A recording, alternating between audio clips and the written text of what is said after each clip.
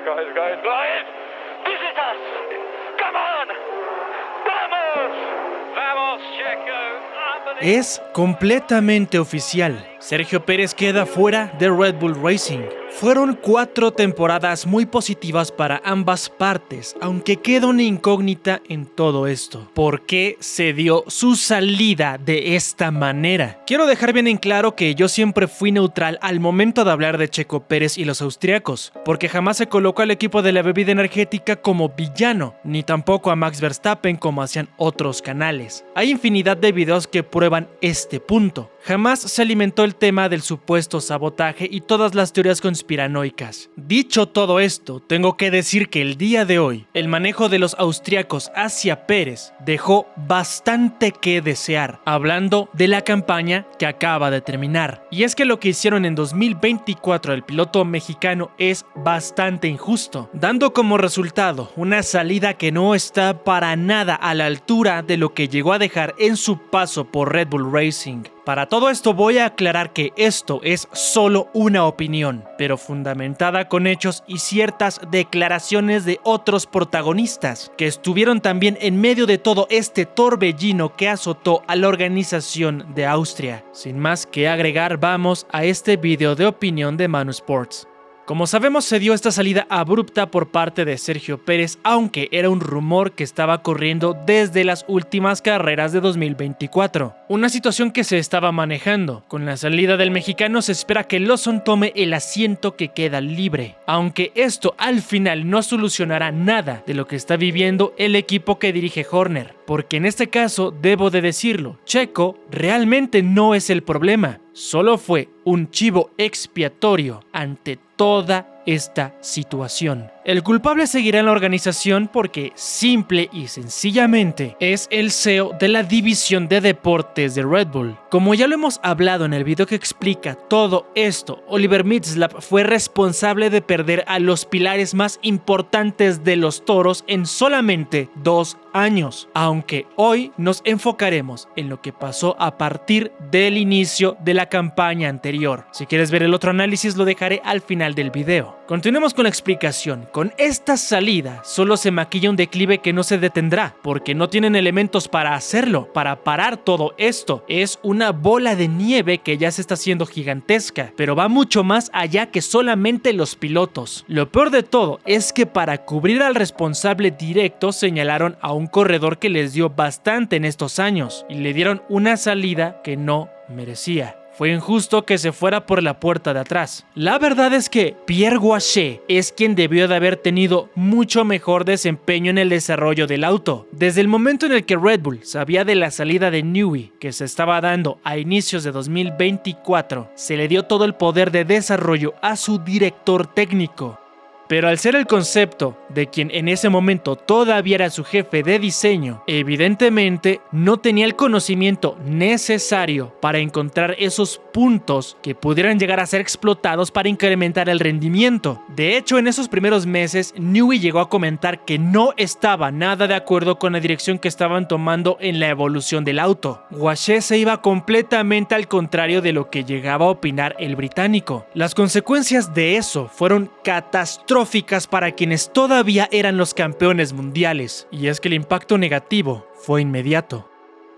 El inicio de campaña para Red Bull fue prometedor. Llegaron a tener cierta continuidad con 2023, una ventaja muy grande a comparación del resto de los equipos. De hecho, parecía que la segunda fuerza en ese momento era Ferrari. A pesar de eso, se quedaban a más de 20 segundos del líder, que en ese momento era Max Verstappen. Checo, por otro lado, mantenía buenos resultados. Llegó a tener un saldo muy positivo en las primeras 5 carreras. Segundo puesto en Bahrein, segundo puesto en Arabia Saudita, quinto en Australia, segundo en Japón, tercero en China, cuarto en Miami, hablando del sexto compromiso. Pero a partir de las primeras evoluciones fue cuando todo comenzó a caer, a desplomarse. Inició una completa involución del RB20. Max Verstappen llegó a conquistar el Gran Premio de Emilia-Romagna apenas. Se quedó a una vuelta de ser superado. Si recordamos, estaba a solamente 7 décimas cuando llegó a cruzar la línea de meta. Norris recortó bastante en los últimos giros. neumáticos, y ahí es cuando comenzaban las primeras evoluciones a surtir efecto. McLaren recortó distancias con su impresionante MSL38 y Red Bull cayó. Fue el primer gran resultado negativo por parte de Sergio Pérez porque en esa ocasión quedó octavo. No es coincidencia para nada que esto haya pasado después del primer paquete de mejoras, todas a cargo de Pierre Waché. Seguimos adelante en la temporada y vemos cómo esto no mejoró. En Mónaco, Max Verstappen quedó sexto, sin posibilidad alguna de poder estar dentro del podio. Estuvo demasiado lejos, de hecho superado por Ferrari y McLaren, además de un Mercedes, que en este caso fue Russell. Coloco como referencia a Max porque se sabe que el RB20 está creado más a su estilo de conducción. No estoy hablando de sabotaje, no tiene nada que ver. Tomemos en cuenta que Red Bull lo toma como su primer piloto, por lo tanto le da la prioridad a él. Y esto no es ningún invento, ya lo ha llegado a comentar el mismo neerlandés. De hecho, ya hay algunas declaraciones sobre este mismo tema del actual campeón del mundo, que dejan muy en claro que estos autos benefician a un estilo en particular, que es el que tiene Max. Pero no me creas a mí, puedes llegar a buscar la información y la encontrarás sin ningún problema. En este momento te la estoy colocando en pantalla también como prueba de todo esto. Sigamos adelante con esta cronología del desastre.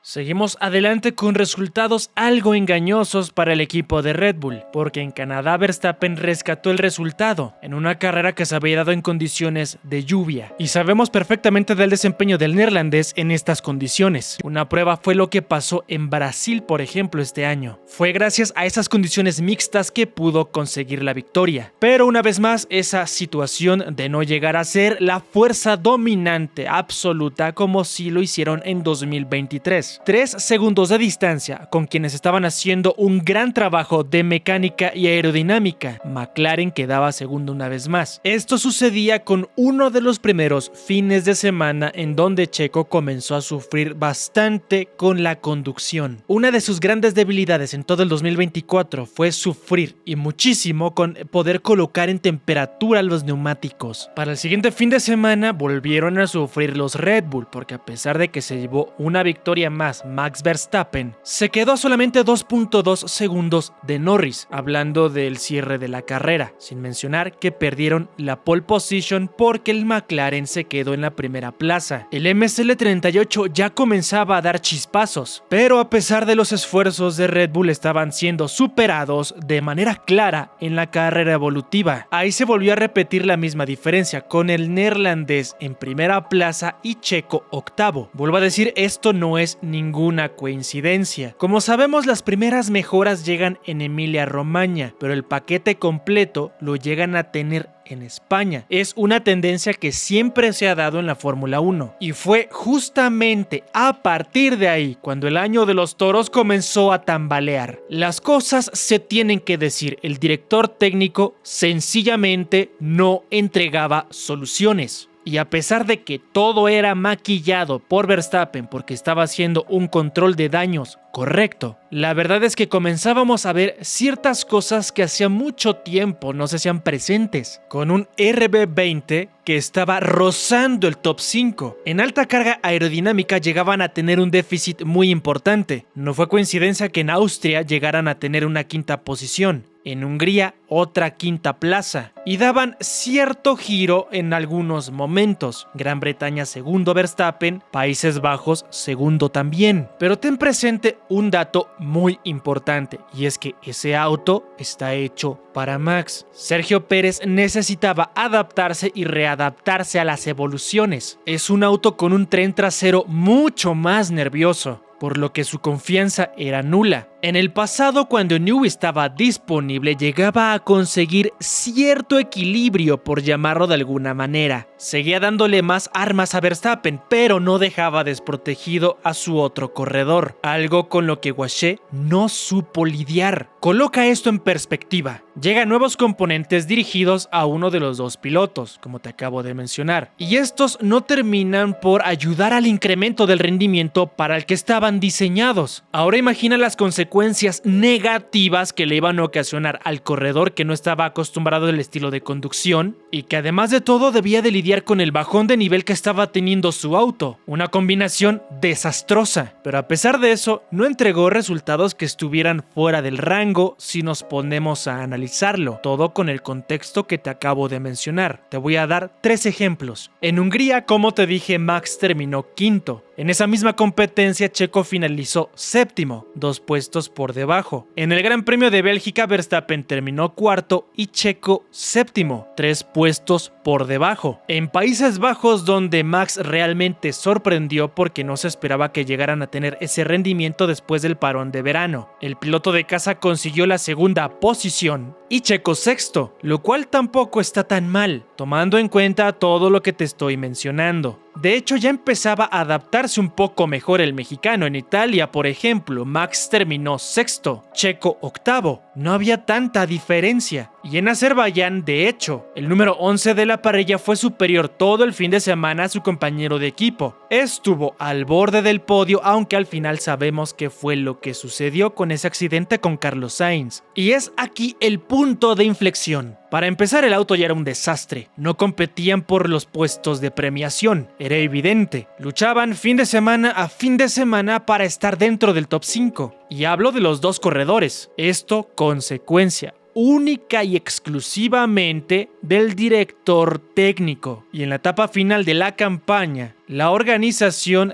decidió enfocar todo para Verstappen. El campeonato de constructores estaba prácticamente perdido contra McLaren. Se acercaba peligrosamente Ferrari, pero el enfoque estaba absoluta y totalmente en el título de Max, porque era lo que todavía se podía rescatar. Había una presión importante por parte de McLaren. Lando estaba recortando, por lo tanto, se abalanzaron en tratar de darle algo para poder defenderse al neerlandés. Y aún así no logró conseguirlo Guaché. Fue gracias a la gran victoria que consiguieron bajo la lluvia, con lo que afianzaron el tetracampeonato. Pero si no hubiera sido por ese factor del clima, la lucha se hubiera extendido mucho más, porque el auto simplemente ya no era ni la sombra de lo que había sido en 2023. Las mejoras eran tan malas y tan poco equilibradas que se sabe de viva voz del mismo corredor mexicano que llegó a optar por utilizar piezas de principios de temporada, porque era cuando se sentía cómodo con el auto. Esto no es ningún secreto ni tampoco una teoría de conspiración, está bien documentado en los portales que tienen que ver con el deporte. Evidentemente, jamás le iban a entregar el mismo rendimiento que ya tenían los demás autos evolucionados, con lo que Pérez consiguió un 10º puesto en Singapur, 7º en Estados Unidos, en México tuvo ese incidente con Lawson que lo relegó hasta el sótano, en Sao Paulo sufrió y bastante, en Las Vegas 10ª plaza y doble abandono en Qatar y Abu Dhabi. Algo totalmente normal. Hablamos de un monoplaza con configuraciones de principios de año, en comparación con las evoluciones aerodinámicas que ya tenían todos. Eso iba a dar una disparidad completamente abismal. Volvamos a colocar en balance. Si Verstappen con las evoluciones se desplomaba a la 5ª o 6ª posición, ¿qué le podía esperar a un corredor que tenía las configuraciones de principios de año?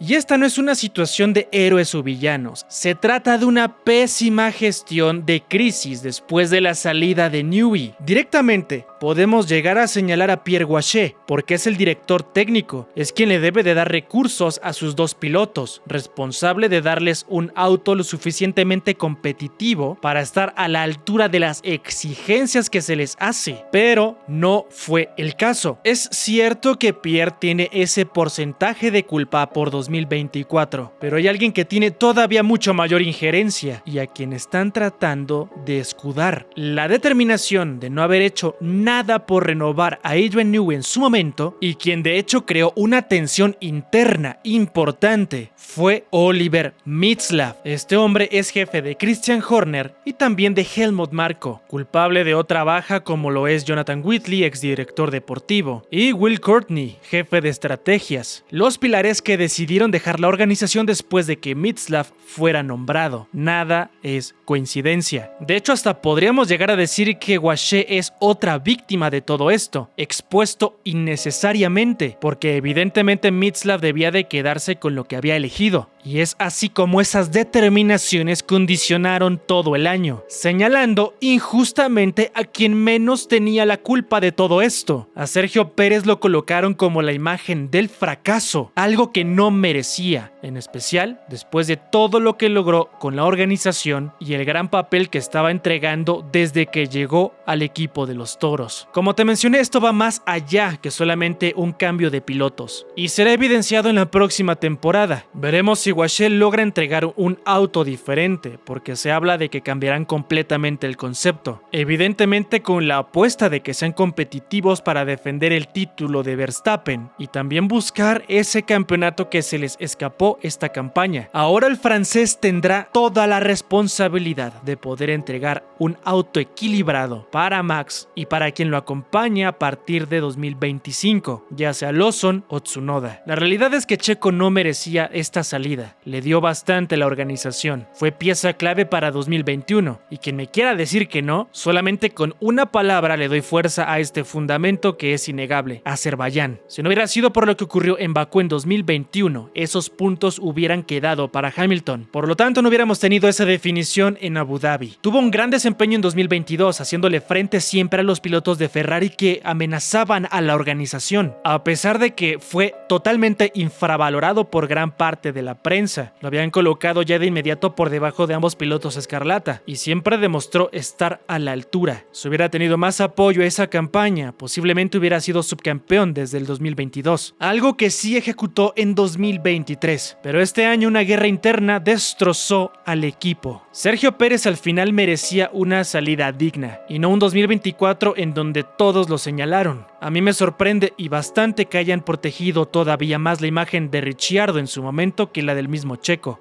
Horner, por ejemplo, jamás se expresó mal del australiano, y en esta etapa final de 2024 llegó a comentar en algunas ocasiones que era culpa de Pérez únicamente. Situaciones que al final son completamente falsas. ¿Qué es lo que pasará después para el mexicano? No lo sabemos. Por el momento se habla de un año sabático para quien era el número 11 de la parrilla. Veremos qué es lo que se da en los próximos años, porque 2026 puede llegar a ser un año de oportunidades para bastantes corredores. ¿Qué es lo que tú opinas? ¿Crees que es culpa totalmente de Sergio Pérez? ¿Das un porcentaje mayor al equipo? Déjamelo saber en la parte de los comentarios. Si quieres seguir siempre bien informado acerca de todo lo que tiene que ver con el mundo de la Fórmula 1, no olvides suscribirte. Deja tu like si te agradan este tipo de videos. Te agradezco mucho haber visto hasta el final este contenido. Me despido, pero recuerda, estaremos muy activos en este parón de temporada. Nosotros nos vemos en el siguiente video.